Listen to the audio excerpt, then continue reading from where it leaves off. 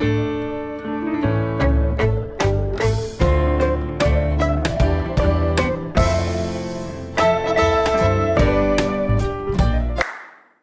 Ramírez, bienvenida al Museo de UTU y muchas gracias por este ratito para conversar. Gracias por la invitación. ¿No conocías el museo? No, no lo conocía. Conocía la UTU, sí, pero esta parte no. ¿Y estudiaste en UTU? Nos contaste antes sí, de arrancar. algunas cosas estudié en UTU. Estudié publicidad gráfica cuando era adolescente y también cuestiones en cuero, manualidades en cuero. Pero las manualidades las hice acá, en la escuela de UTU. Tuve una experiencia muy mala porque el primer día rompí 2 o 3 agujas, entonces ya no empecé bien. Pero entiendo que este es un lugar muy especial. La UTU es la salida, no solamente la salida laboral de mucha gente, sino un lugar de gran acogida a las estudiantes y a los estudiantes. Yo recuerdo que cuando era niña, yo nací acá en el barrio Palermo y primero viví en San Salvador y Salto, y después me mudé a la otra cuadra, Gonzalo Ramírez y Magallanes. Y cuando en los 60, que había problemas políticos entre estudiantes y la policía, sí. Nosotros llegábamos de la escuela y los gurises que estaban, tenían conflictos con la policía, esperaban que pasáramos con mi mamá y después seguía toda la lucha, ¿no? Y nosotros también desde ahí aprendimos a resistir. Eso es muy importante. Tu militancia y tu activismo comienza desde muy temprano. Y sí, en realidad, porque yo estaba en tercero de liceo cuando fue el golpe de Estado. Iba a cumplir 15 años. Y de ahí, bueno, cuando sos hija de obreros, sos hija de personas que las dos, nosotros los afro-uruguayos no venimos de herencia, ¿sí? Ni de la familia patricia de este país, te podrás saber, te podrás imaginar. Y estructuralmente se ha vivido la pobreza y las pobrezas, la necesidad, la falta de justicia. Aprendés a activar desde que sos un chiquilín. Y así pasa con nosotros, mis hermanos. Y en tu caso, ¿cómo comienza? ¿En qué momento vos decís, esto tengo que empezar a luchar por esto que se está viviendo? Y empezó cuando iba a la escuela y veía a los chiquilines de la UTU, y cuando ingresé al liceo enseguida me junté con el resto y ya fui aprendiendo de las diferentes movidas que habían y por qué en aquella época cuando yo empecé, una de las discusiones que existían era si el general Liber Seregni era digno de confianza porque era un militar, ¿no? Era el año 71 cuando se crea el Frente Amplio, cuando él crea el Frente Amplio. Y bueno, la vida demostró que el general era digno de muchas cosas buenas. Y esa militancia que arranca tan temprano, me imagino que a lo largo de los años habrás tenido batallas ganadas y muchas batallas perdidas. Por supuesto. Quien cuenta solamente las ganadas está mintiendo. ¿Y esas batallas perdidas, qué aprendizaje fuiste sacando? Lo que me quedó hasta el día de hoy es que siempre hay que seguir. Hay que levantarse, hay que secarse las lágrimas y hay que continuar. Es eso. ¿Puede doler? Sí, siempre duele. Siempre, todo duele. Cada puerta que se cierra duele. Pero hay que secarse las lágrimas y abrir otras puertas. Y hay una cuestión que tiene que ver con las armas nobles, ¿no? La ética es fundamental para lo que vayas a hacer en tu vida. Si no hay ética, no hay avance real, no hay evolución. No hay una honestidad tampoco con la lucha que... Claro. Contigo y con las compañeras y los compañeros con los cuales compartí. Yo estoy muy acostumbrada al trabajo comunitario, el trabajo social que he hecho, social y cultural que he hecho toda mi vida, pero también aprendí que si no trabajas en grupo, no funciona, porque todo tu logro o lo que podés pensar que es un éxito, se convierte en olvido rápidamente y no continúa. Ese sufrimiento y esa injusticia que sufrieron las personas, las esclavas y los esclavos en Uruguay y sus descendencias, ¿pensás que en algún punto forjó esa resiliencia y esa cuestión de bueno, esto hay que cambiarlo? Sí, por supuesto. Sí, porque las personas esclavizadas los que murieron y las que murieron esclavizados, todo eso queda en el ADN de los descendientes, ¿no? De nosotros. Y si solamente vas a resistir, llega un momento que te puedes abroquelar mucho, pero no podés desarrollarte. Para poder seguir caminando hay que juntarse con la otra, con el otro, pensar juntos, llegar a acuerdos, porque muchas veces si estamos en los límites, después del límite, ¿qué hay? No hay nada. Hay que llegar a acuerdos permanentemente con las personas, pero siempre con armas nobles, lo que te decía. Y la resiliencia es justamente poder, del gran dolor sufrido, de los grandes dolores sufridos, poder transformarlos en cosas creativas, en cosas buenas, y que sea positivo. Es la lágrima que se convierte en sonrisa, ¿no? La resiliencia. Porque si no tienes esperanza para vivir o vivís apretada solamente en ese pasado sin pensar alternativas para mejorar tu vida, no, estás encarcelado, se es encarcelado de acá. Entonces, ¿Y esa resiliencia es algo que se educa a las generaciones siguientes o es algo que ya está aprendido, es como intrínseco en... yo creo que es intrínseco. Nadie, no sé quién educa en ese sentido. ¿Cómo te podría decir? Nosotros, por lo regular, lo trabajamos mucho en la práctica. Yo soy educadora en educación popular. A mí, por ejemplo, el haber aprendido la educación desde otro lugar, después de haber pasado por la educación formal, me dio otro panorama de la vida. Entendí que habían muchas más cosas para aprender desde otro lugar, desde el ejemplo, desde la práctica, que a través de las notas, por ejemplo. Claro.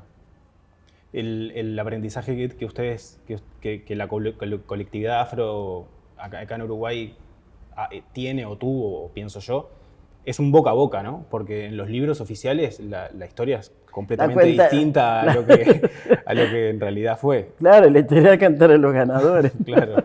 Sí, sí. Desde la cultura, por ejemplo, sin ir más lejos, un detalle puede ser hablar del tango. El tango es descendiente del tango, una danza africana, una danza negra. Hoy vas a hablar del tango a cualquier lugar, o vas a escuchar, o cuando se habla del tango como música, se habla del arrabal, y se habla del cómo se danzaba, de los guapos. De los malevos. Los malevos. ¿A qué etnia pertenecían? Claro. Los malevos eran indios, eran negros. Y algún europeo que también se salía de la sociedad.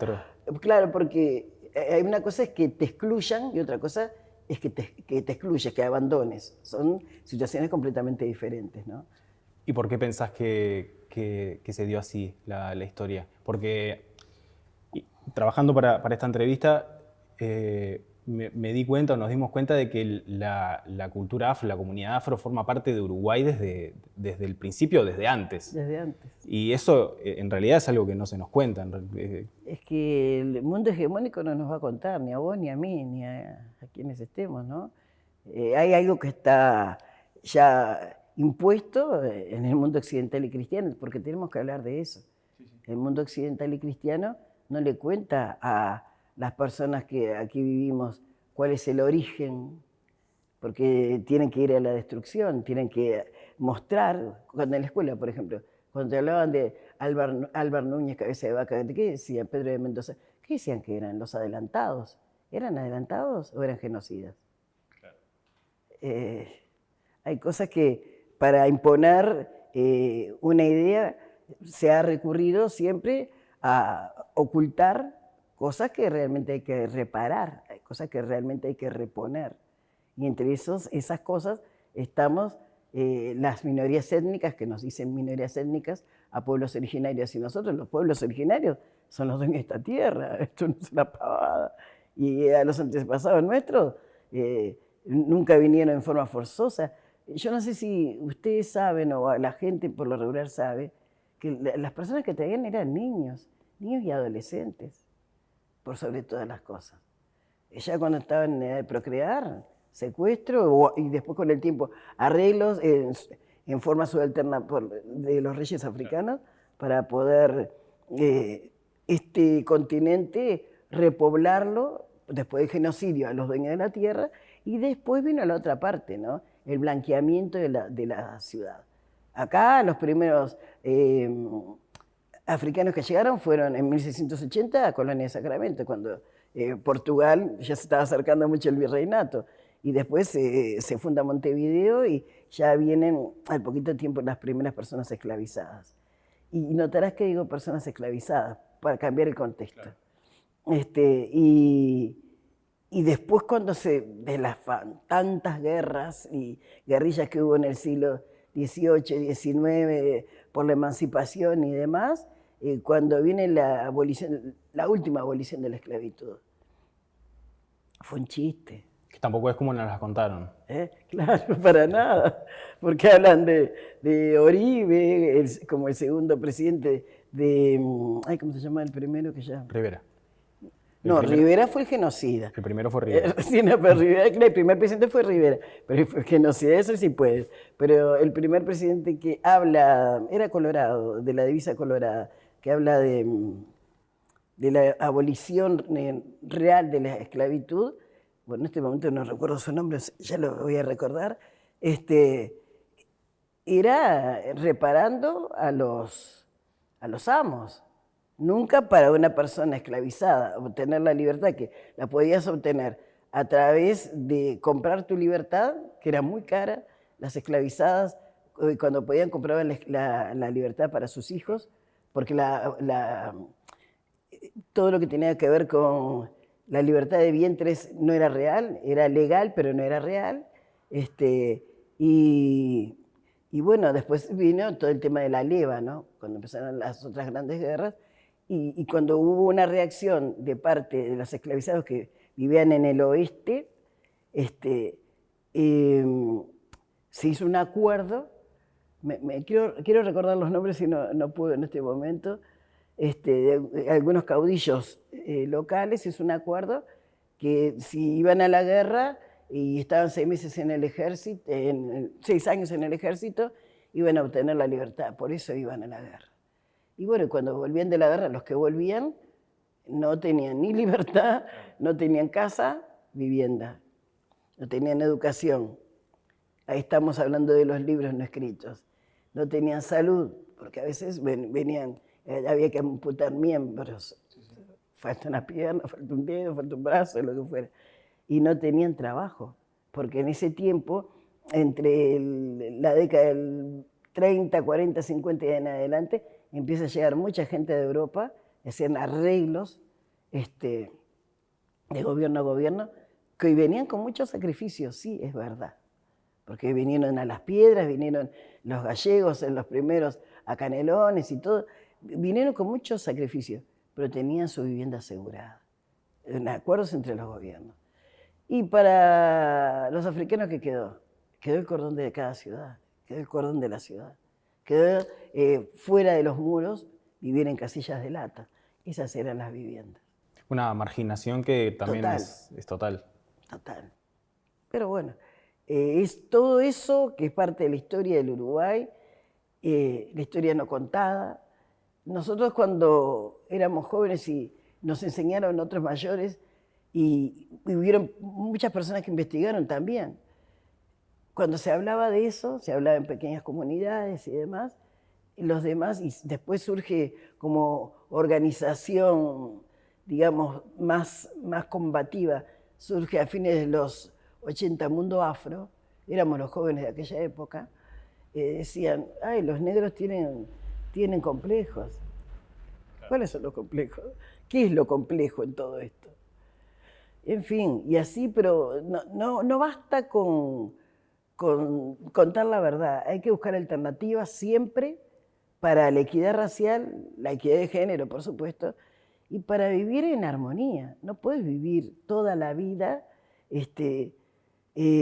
peleando, que yo viviré así hasta el final de mis días, pero peleando sin llegar a acuerdos. El tema es cómo haces para que el otro, la otra, te considere su igual, porque no somos iguales para empezar. Sí, sobre todo cuando tu historia me interpela a mí también, claro, ¿no? Claro. Porque en realidad yo sería descendiente de esos que esclavizaron. Claro. Algunos más descendientes que otros, porque convengamos que acá se ha mezclado mucho, América es mestiza y es mulata, ¿no? Entonces muchas veces también prima eso, ¿no? El descendiente de español, el descendiente de francés, de inglés, de portugués, acá en el Río de la Plata, como lugares de dominio de ingleses, como lugares de dominio, pero si bien somos, yo y no me voy a cansar de decirlo, porque en la escuela siempre nos decían a todos los niños son iguales, las personas son iguales. No somos iguales, somos diferentes todos. Y la diversidad enriquece. Y las culturas hay que mezclarlas en equidad. Claro, para mezclarlas en equidad hay que reparar. Claro. Entonces ahí tenemos uno de los graves problemas, ¿no? ¿Y cuánto cuesta reparar? ¿En plata? ¿O no? Claro que no. En plata es un tema. Y que, no sé, eso sabrán hacerlo los que saben de plata. En culturas. Hay que reparar en culturas. Si vos reparás en cultura, reparás lo social. Eso no es trabajo de un día. Claro. Y muchas veces se cree la gente que porque vamos bailando todos juntos candombe, ahí hay reparación. No, no hay reparación ninguna. Ahí vamos todos participando de la misma animación cultural. Eso es otra cosa. ¿Qué visión tenés vos del candombe? Del uso institucional que se hace del candombe también. El uso institucional tiene que ver con que en el año 2005, la primera reparación, por decir así, fue cuando un diputado negro, un diputado afrodescendiente de Edgardo Ortuño, trabaja la ley del candombe. El 3 de diciembre, Día del Candombe, la cultura afro-uruguaya y la equidad racial, se promulga en el año 2006. Y, esa es la que establece que el candombe es patrimonio. Sí, patrimonio nacional. Además está decir que el racismo de Uruguay había impedido que antes hubiera sucedido algo parecido, porque hasta que un hombre afro no llega a lugares de poder político, eso no se pudo realizar. Te cuento que acá a la vuelta de esta UTU está la calle Ancina, está el barrio Ancina, para nosotros el barrio, pero para los demás se piensan que es un callejón, que hay ahí una media manzana que no se sabe por qué está. Cuando Emilio Reus crea, a fines del siglo XIX, Reus al Sur, que es lo que ahora está la cooperativa, pero fue lo que le barrio Encina, y Reus al Norte, no la crea para los afros, eso es clarísimo. La crea para los inmigrantes europeos que iban llegando junto con el positivismo y junto con el blanqueamiento uruguayo. Emilio Reus muere repentinamente, muere muy joven, y el barrio, que después se convierte en el barrio de los judíos, pasado mucho tiempo, que es muy parecido. Si ustedes andan por allá, si viven en algún momento en las calles, como son, las medias manzanas, como son, es muy parecido a esto. Y el barrio de Reus al Norte se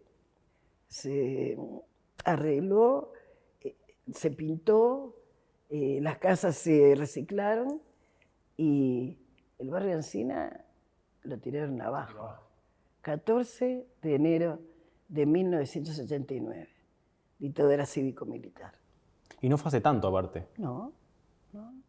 Porque uno de los planteos que había en ese gobierno de dictadura era sacar todo lo que molestaba dentro de una sociedad que se quería mostrar como muy ordenada y muy inmaculada a través de su intervención militar. Lo primero que hacen es tiran, sacan, desalojan el 4 de diciembre de 1978 el conventillo de Cuarén. En enero del 79, Ancina.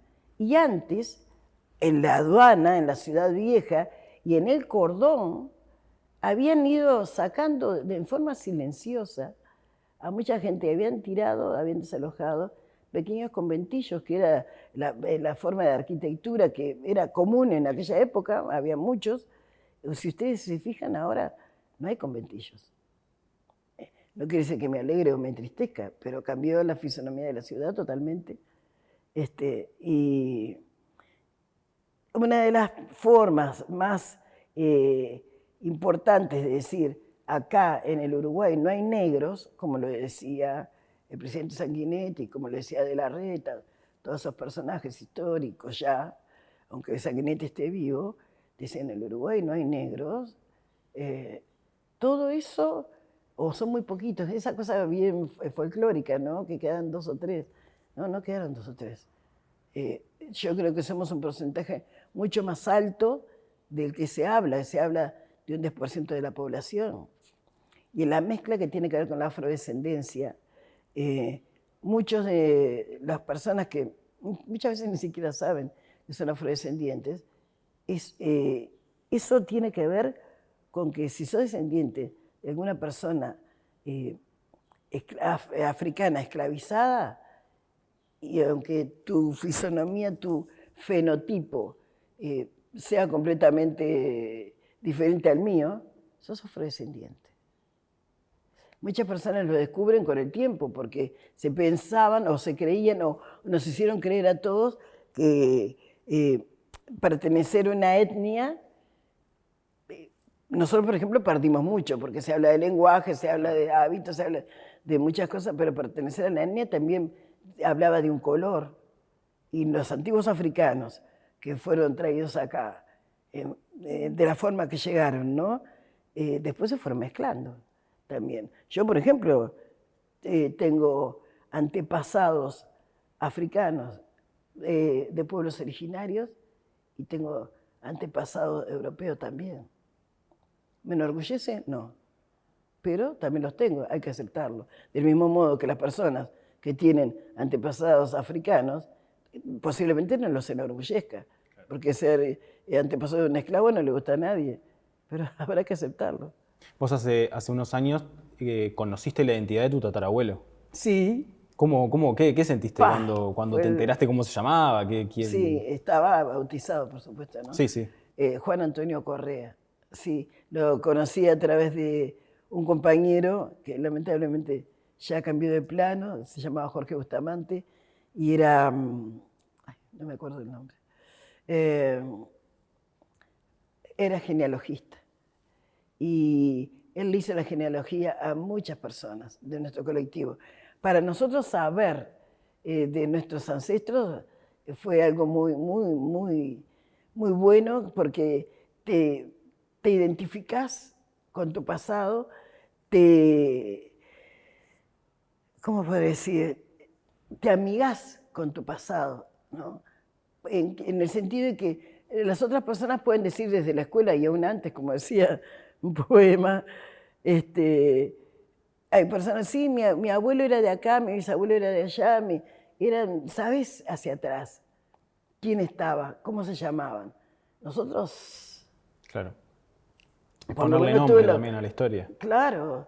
Aparte de perder no solamente el idioma, el lenguaje, sino en la pista de quiénes estaban atrás tuyo en este árbol, a nosotros nos hizo mucho bien porque aunque sabíamos que los nombres que tienen eran nombres impuestos por las familias que los criaban, saber por lo menos cómo se llamaban. Y también esa cuestión del esclavo, ¿no?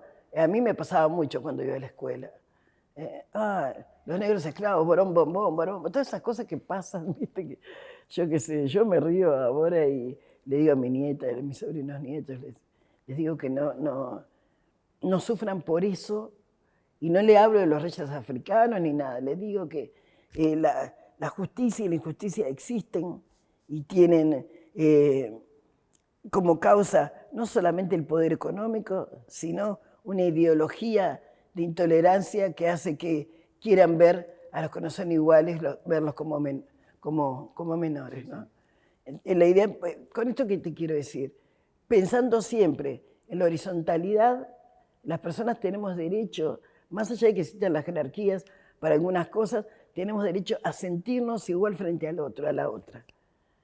Porque quien decide su vida, sí, hay, por ejemplo, el caso del tema de género, y hoy nos encontramos con que no hay hombre, mujer, hay muchas no sé ni cómo se Formas llama. de autopercibirse. Exactamente, que no eran de mi época, que no son de mi época, tal vez existían y nosotros no teníamos ni idea. Pero antes que nada, la decisión del otro hay que respetarla, hay que respetar a los otros seres humanos, somos personas. El hecho de que no nos respetemos como personas es lo que hace que este mundo sea tan terrible, tan violento. Buscar sí tejer, sí coser, no cortar permanentemente. Vivimos cortando, no se puede vivir así. El otro día viendo una entrevista, el entrevistado dijo una frase que a mí me llamó mucho la atención porque es cierto y me di cuenta que uno es libre no cuando pueda hacer lo que quiera, sino que uno es libre cuando entiende que el otro también es libre. Exactamente, exactamente. Y mirarlo con alegría, porque eso es resiliencia.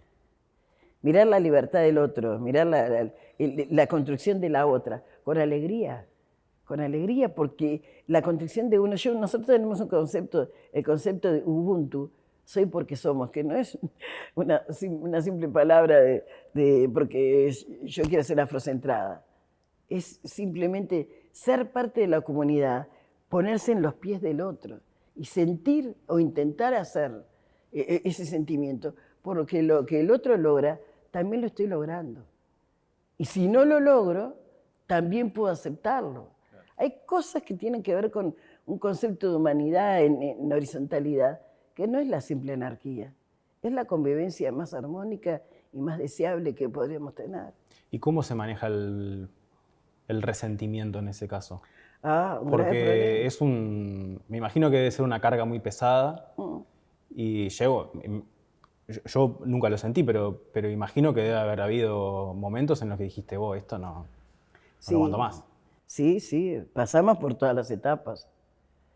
Cuando vas aprendiendo otras cosas de la historia y lo que les pasaron a otros en otros lugares, que es lo mismo que pasó acá, o peor, o esa cuestión de la injusticia, porque cuando estamos hablando del racismo, estamos hablando de injusticia. A veces ir a ver una película como aquella que se daba de Shaka Zulu, por ejemplo, me daba mucha rabia, a mí en lo personal y a todos los de mi generación.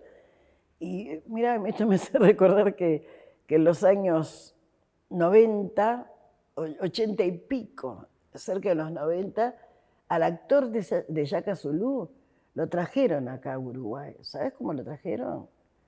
¿Vieron en lo que se hace en el Prado en agosto?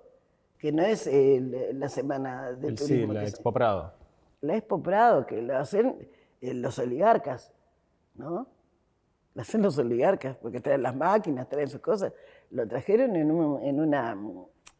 una jaula al actor de Shaka Zulu. Y nosotros, imagínate que éramos jóvenes en ese momento, fuimos y gritamos de todo, ahí nos sacaron vendiendo boletines.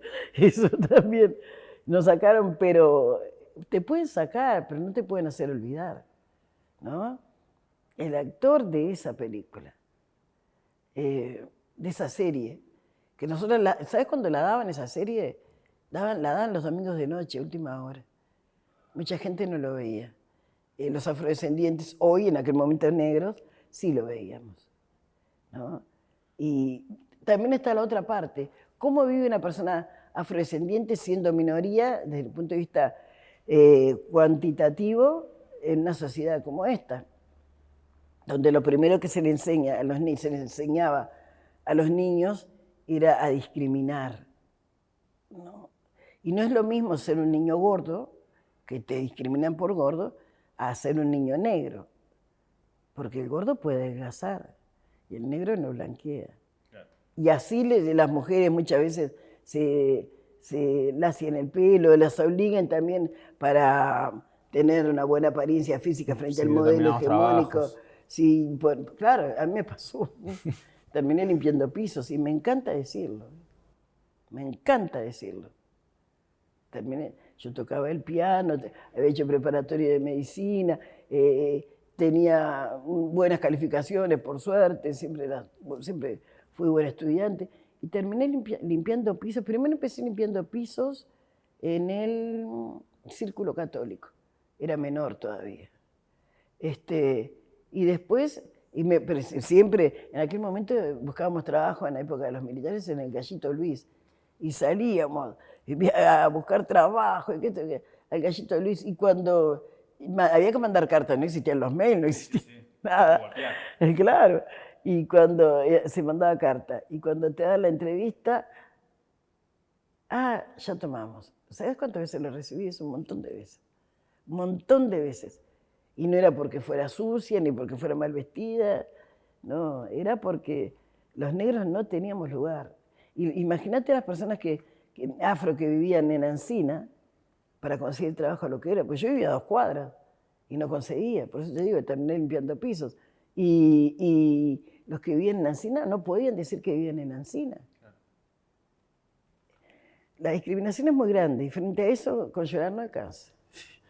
No podemos. Yo leí en una entrevista y me di cuenta cuando te leí, que en el imaginario colectivo, digamos, en la conciencia colectiva, esos conventillos eran lugares de pobre. Y yo ahí te leí decir que no, que ahí había gente que laburaba, que tenía muchos trabajos. Sí. Eso también forma parte de lo que no nos... Sí, intelectuales negros vivían en Encina.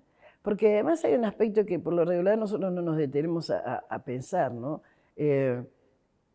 Vos podés tener una educación muy buena, pero cuando te crían en la pobreza, aparecen otras pobrezas. Sí, hay cuestiones, ¿no? Ligadas a la económica, que no dejan que el resto de la sociedad te mire con los mismos ojos que mira a quien tiene un apellido que no es ilustre, ni mucho menos. Mira, a mí me declararon ciudadana ilustre y yo a veces no me gusta ser desagradecida, pero digo, ilustre era Artigas.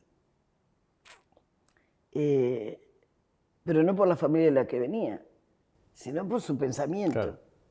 ¿No? Y a veces cuando hablan de ilustres, hablan de abolengos, hablan de todas esas cosas. ¿De qué estamos hablando? ¿No? Y no es que yo vuelvo a decir lo mismo, no es que yo sea desagradecida, es que dentro de la sociedad hay una percepción de lo que es fantástico y que hay que imitar y que hay que apoyar, que yo no la comparto. Yo, por ejemplo, no comparto la competencia.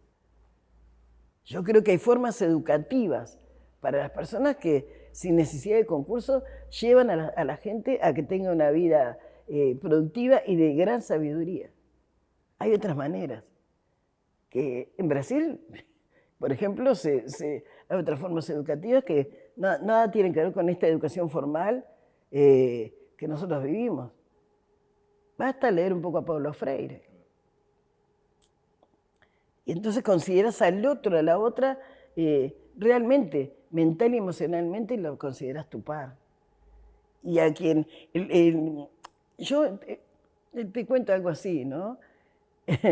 Cuando pude tener mi casa, porque yo vivo en cooperativa para mujeres negras jefas de familia, la primera que hubo en este país, era por ayuda mutua y la hicimos nosotras.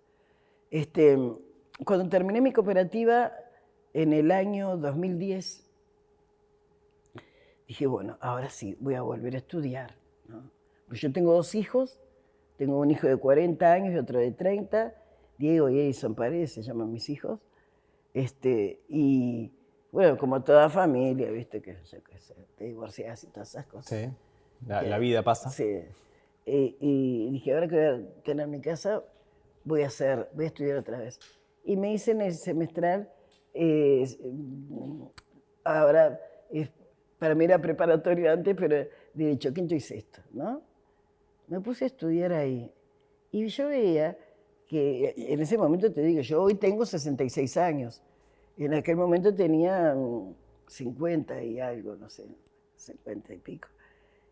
Y los profesores, habíamos mujeres grandes y hombres no tan grandes como nosotras, pero los profesores nos decían chiquilines. Y con una compañera que nos hicimos muy amigas, decíamos, nos dicen chiquilinas a nosotras, ¿no? Hay toda una infantilización de las personas que no tiene por qué existir. Del mismo modo que la infantilización de la gente ya de edad muy avanzada, que también se les trata como niños. Eso no está bueno. ¿Y terminaste de estudiar? Me quedó una materia. Sí, porque justo fue cuando fui abuela y ya... Se te alborotó todo. Sí, sí, Nació sí. Ahora, y aunque te parezca mentira, estábamos hablando con una amiga, yo tocaba el piano cuando era chica, estudiaba música, y estábamos hablando con una amiga de estudiar en la UTU otra vez y, y volver a la teoría. Y Bueno, sos bienvenida en la UTU para cuando quieras. Pero, claro, lástima que en esta no, tendría la Figari. Tendrías que ir a la Figari, sí. sí. Sí, que está cerca acá en el barrio, sí, vamos a ir, el 6 de diciembre. ¿Tu amor por la música nace también de lo que veías y sentías en tu infancia? Mi amor por la música nace de mi familia, que también estaba ahí. Y también, por supuesto, un barrio que, mira, yo estudiaba piano en el Conservatorio Ravel, que era en Gonzalo Ramírez, entre Magallanes y Gaboto, en la cuadra de mi casa, y estudiábamos mi hermana y yo, y hacíamos toda la parte teórica. Pero yo tenía una pasión por escuchar y tocar. Mi viejo nos pudo comprar un piano en el año 1967, nunca me voy a olvidar. Porque tocábamos arriba arriba de la mesa, pasábamos haciendo así, mi hermana y yo. Y después que tuve ese piano, sacaba hasta los reclames de oído. Y la profesora me decía, Isabel, me escuchaba desde el fondo, a leer, pero me encantaba, me gusta mucho, mucho la música. ¿Y el canto también? Empecé a cantar para acompañarme. En realidad terminé cantando, que fue lo que más se me conoce, ¿no? Por decir así. Y componiendo primero tocaba, después cantaba para acompañarme y después seguí cantando y como no me alcanzaba con lo que hacía, tuve que empezar a escribir mis cosas, alentada por un gran amigo que se llama Eduardo Daluz, que él me hacía las canciones y yo decía no, y le cambiaba esto, le cambiaba el otro y me decía, pero ¿por qué no te hacías vos las canciones? Y bueno, y le hice caso. Y lo mismo con el coro. También conocer música también te hace tener otra participación dentro de los coros, ¿no? Y armé en el año 95 el coro Afrogama, que es un coro de mujeres, y entonces somos voces y tambores. Y este grupo ya quedamos pocas de las que empezamos porque viste que viene la muerte y va arrebatando, ¿no? Y sí, nos dedicamos por completo a la música afro, también a hacer teatro callejero, porque todas las manifestaciones artísticas son importantes. A mí, por ejemplo, me gusta mucho dibujar, pintar, pero lo tengo un poco de lado. Más bien escribo, hemos escrito cuentos para niños y hemos hecho poesía con otras compañeras y hemos hecho teatro callejero. Porque ¿quién va a hacer una obra de teatro va a ser mujeres negras? Si no las haces vos, nadie te la va a hacer. Entonces, también esa es la resiliencia, ¿no? No, nada de llanto. El llanto se tiene que ir. Lloras un poquito, pero después hay que hacer las cosas. Aprovechar esas lágrimas Claro. para generar cosas. Sí, sí, es necesario. En tu disco, yo lo estuve escuchando y además leía a Guilherme de Alén Carpintos, que... ¿A Lilian? Guilherme de Alén Carpintos. Guilherme. Que él dice que en una canción, particularmente en una canción de ese disco, de Amores y Tambores, tu voz se le parece mucho a la de Lágrima Ríos, particularmente en la canción Llora Milongón.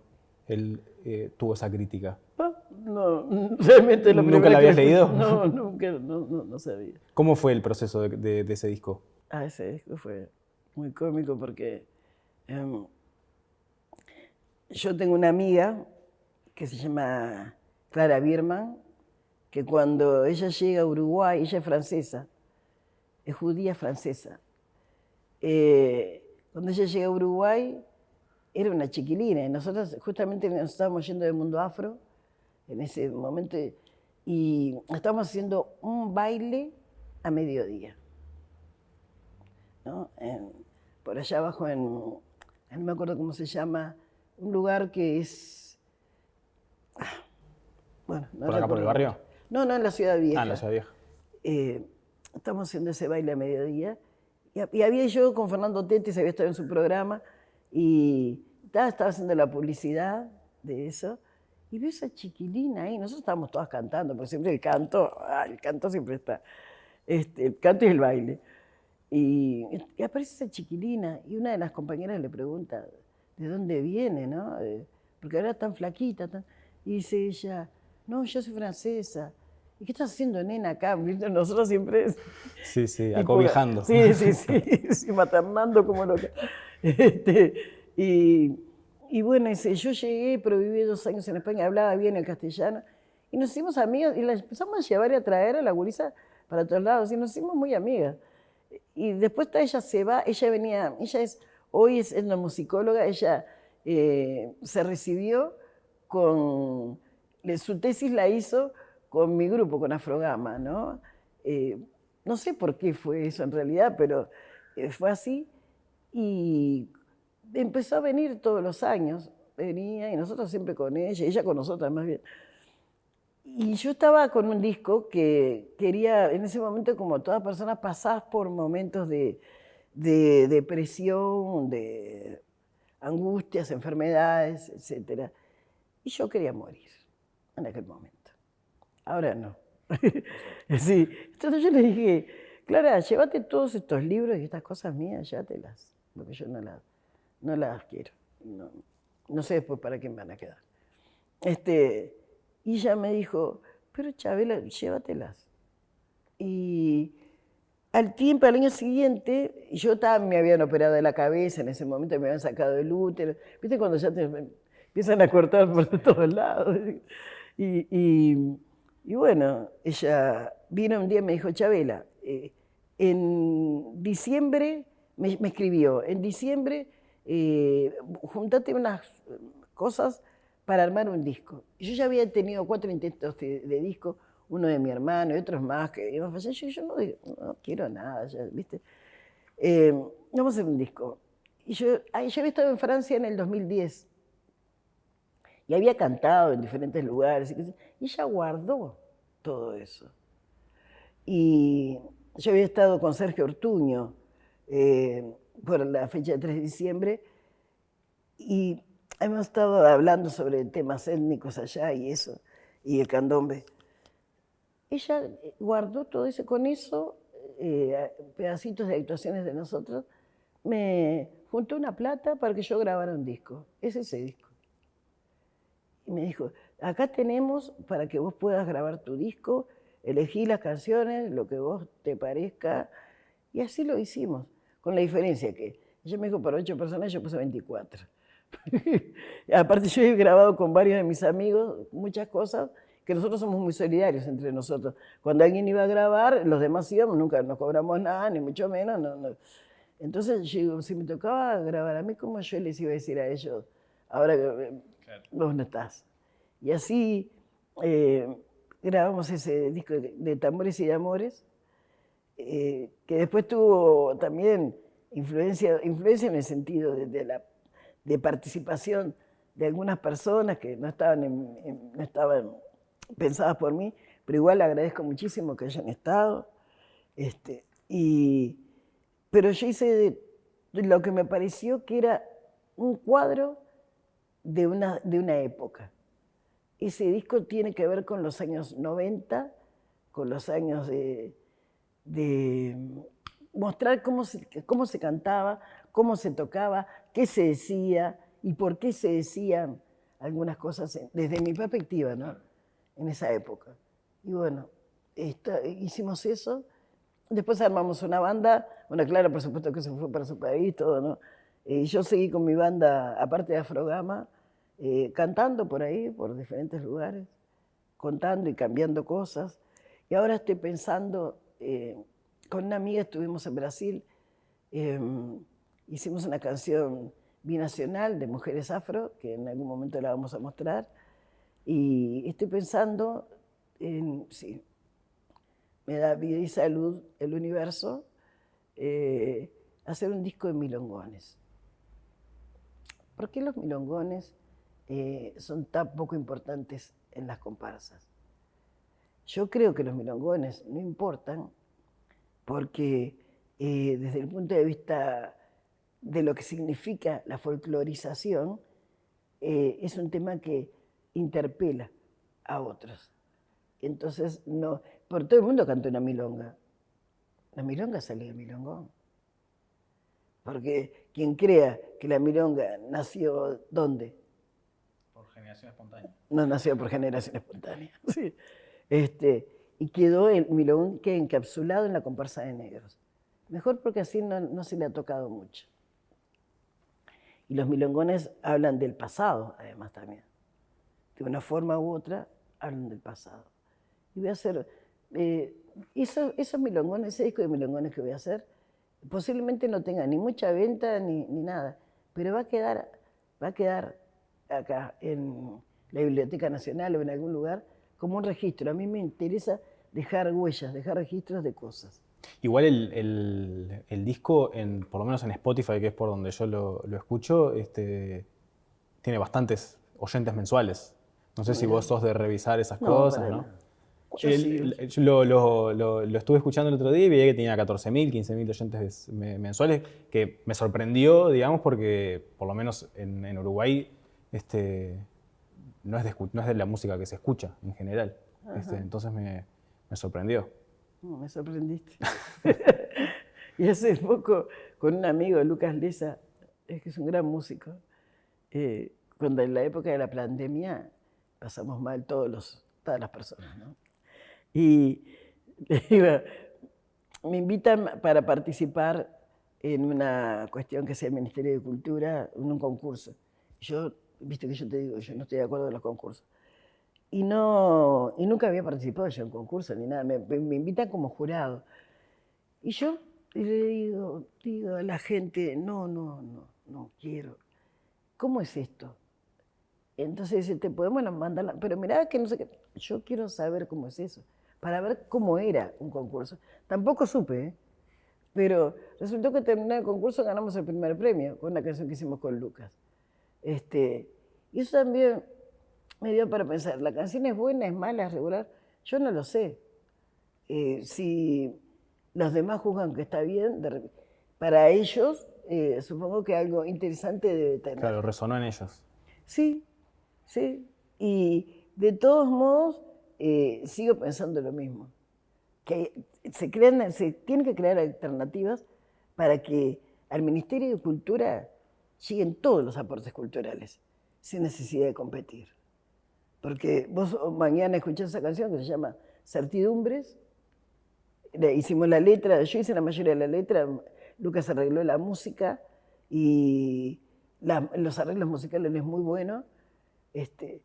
Y participamos 5 músicos, que Fernando Goicoechea, Lucas, Leza, mi hijo Diego Paredes y yo. No sé si había bajista. Hicimos todo así, pero porque era pandemia, quiero decir. Había que hacerlo a la distancia. Sí, y yo pienso, qué bueno sería que se abriera mucho más, aparte de los concursos, que se abriera mucho más en talleres, en la transmisión oral y la transmisión, el registro de cosas para que toda la población supiera lo que hace otra gente, ¿no? A mí me interesa mucho la población del interior. Mi familia, de hecho, paterna viene de 33. Es un pueblo tan triste ese, es tan triste. Y la gente no tiene como raíz. ¿Sabes por qué te digo esto? Porque el candombe potencia, el candombe te fortalece. Y no tener raíz de candombe en algunas partes del Uruguay no está bueno, no para mí, que yo las tengo, sino para que otras personas tengan la oportunidad de conocer y de entender, porque una cosa es escuchar y otra cosa es entender el candombe, ¿no? Porque no es la parte rítmica. Leyendo entrevistas y viendo algunas que hiciste, me di cuenta, o me enteré o aprendí que hay mucho de fe en el candombe. Sí. Hay mucho de religión en el candombe. De espiritualidad. De espiritualidad. Sí. Yo estoy convencida. ¿Y pensás que eso tiene que ver con el hecho de que la gente no sé, yo veo que hay una cuerda de tambores y la gente se va hacia ahí, aglutine, ¿no? Sí. Va como hacia ahí. Hay una parte que tiene que ver con eso, yo creo, porque por algo es tan atractivo. Porque atrae tanto el sonido del tambor. Estás a 10 cuadras y salís volando para ver Sí, cómo suena y vas ahí. para ahí y te hace como... Sí, Es un pequeño brinquito ahí que das para siguiendo el ritmo. sí, sí. Y yo creo que es un espíritu unificador muy importante. Y después los arreglos musicales que se hacen, que hoy día hay mucha mezcla de todo. Yo no puedo decir si estoy a favor o en contra, si me parece bien o mal la mezcla, pero tendría que respetarse la raíz musical, la raíz rítmica del candombe, a eso me refiero. Del mismo modo como se canta, porque hoy parecería que cualquier canción con ritmo de candombe fuera un candombe y no lo es. Yo qué sé, hay muchas cosas que tienen que ver con una sociedad muy cambiante, que en nombre de la participación y en nombre de la horizontalidad y el que está todo bien, se mezclan de una forma que no está buena algunas cosas. Y tengo miedo de que se pierda. Terminan perjudicando a esa esencia de la que hablábamos al Yo creo principio. que sí. Algunas sí, otras no. Pero desde el punto de vista rítmico, ¿no? Los ritmos son todos primos hermanos acá en América Latina. Pero tendría que quedar un registro de la matriz de cada ritmo. Bien, te voy a hacer la última pregunta. Te vamos Sí. a regalar un libro primero, Ay, qué lindo. Yo soy una gran lectora. de José Enrique Rodó, El Mirador del Próspero, Mira, que forma parte del proyecto editorial que tenemos acá en el Centro Cultural de Utu. qué lindo. Muchas gracias. Y la última pregunta es, ¿para qué sirve el arte? El arte es amor. ¿Vos no te enamorás? Sí, estoy enamorado en este momento. Me parece bien, me parece bárbaro. El arte es amor. ¿Para qué sirve? Cuanto más amor tenés, menos vas a odiar. Es simple. Muchas gracias. Gracias a vos. Cayetano Silva fue un afrodescendiente nacido en San Carlos, Uruguay, en 1868. A los 11 años ingresó a la Escuela de Artes y Oficios, en Montevideo, donde comenzó a estudiar música, incorporándose a la banda de música de la institución dirigida por Gerardo Grasso. Silva es el compositor de la Marcha de San Lorenzo, música elegida como himno del Ejército de Argentina. Además, esta composición fue interpretada para la coronación de 2 reinas del Reino Unido y para los cambios de guardia del Palacio de Buckingham. La Marcha de San Lorenzo también sonó durante la Segunda Guerra Mundial. La primera vez la interpretó el ejército alemán cuando tomó París, y la segunda cuando los aliados recuperan la capital francesa. Cayetano Silva murió en 1920, en Venado Tuerto, Argentina.